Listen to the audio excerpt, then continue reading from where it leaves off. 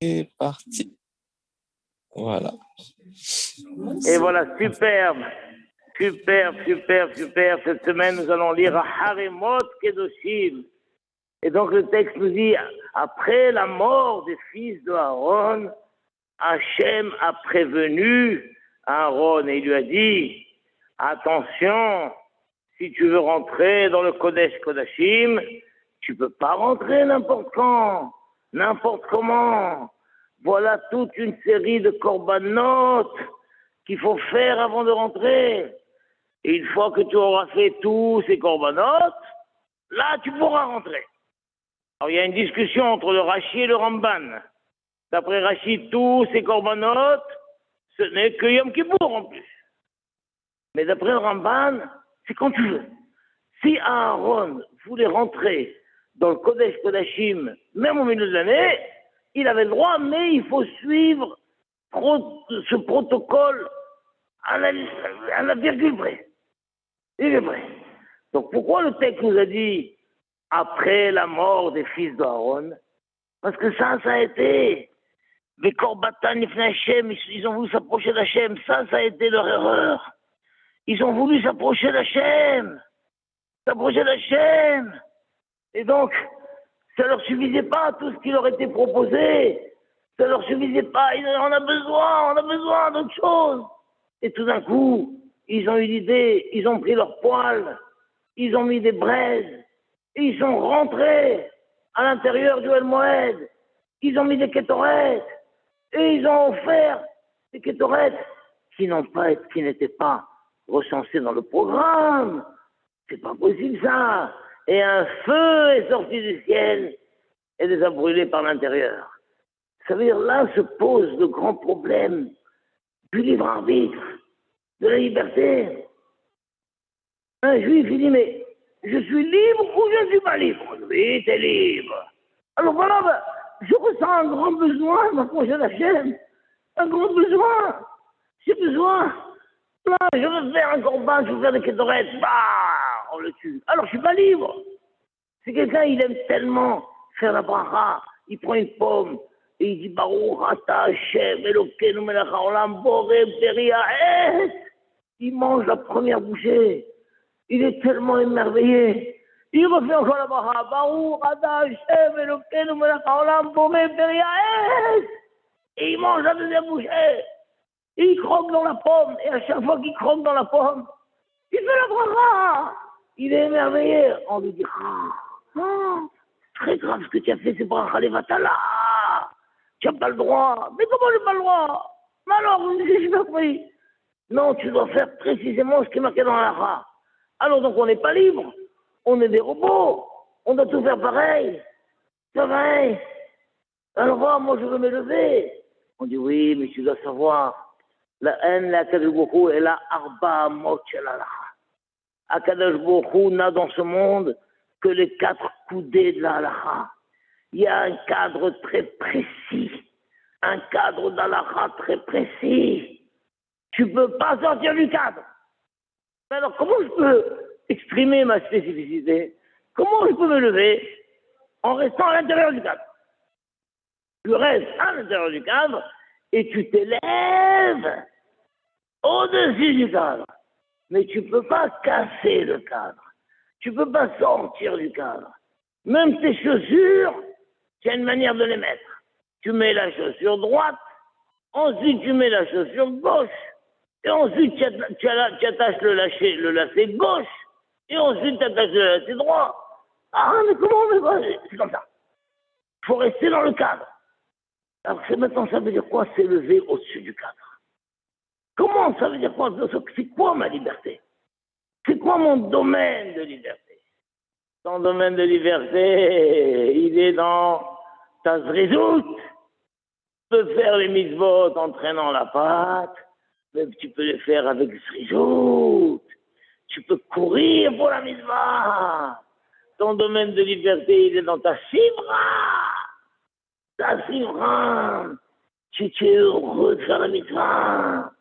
Ah là là, avec quelle simra! Le Harizal, il a révélé que tout le grand niveau qu'il a atteint, c'est grâce à la simra shel mitzvah. Chaque fois qu'il faisait une mitzvah, il était dans une simcha extraordinaire.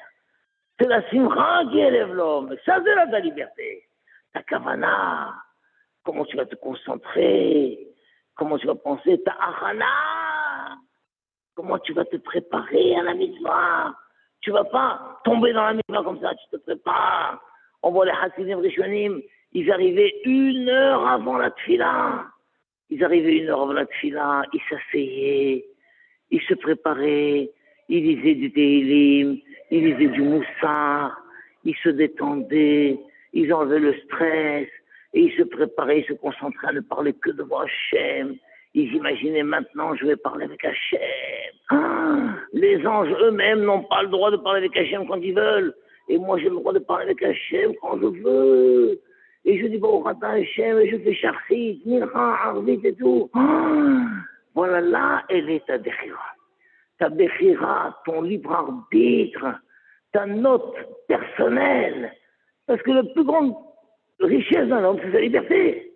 Quelqu'un dit, tu peux tout m'enlever, mais tu m'enlèveras pas ma liberté.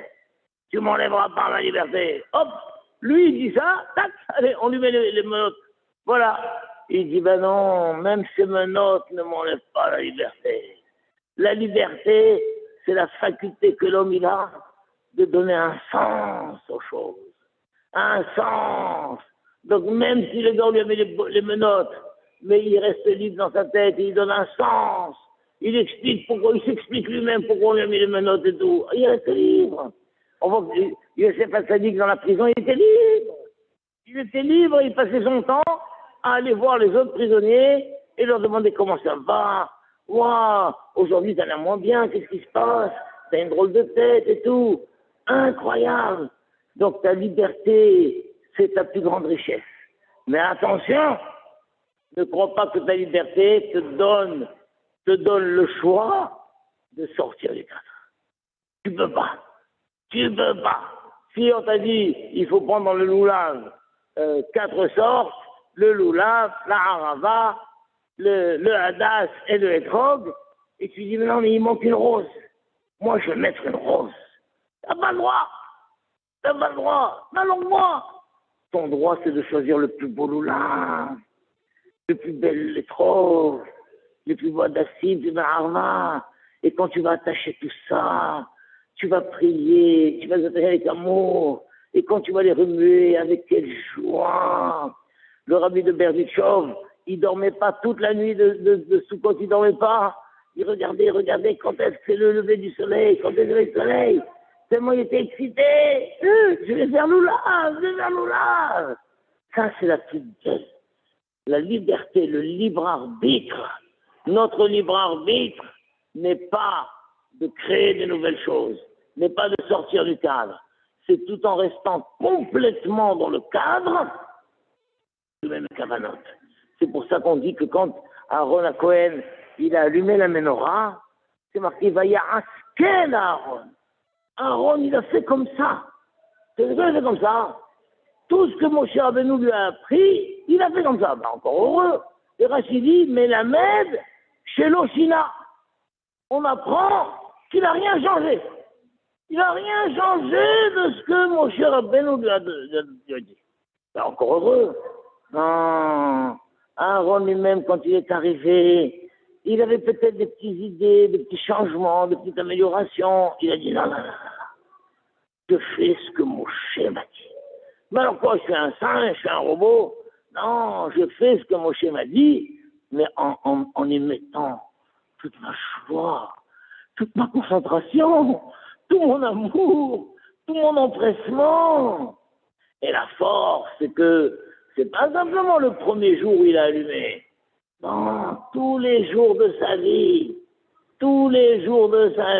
il a allumé la menorah et c'était toujours la même émotion, la même concentration, la même simcha, la même zrizout, le même entrain.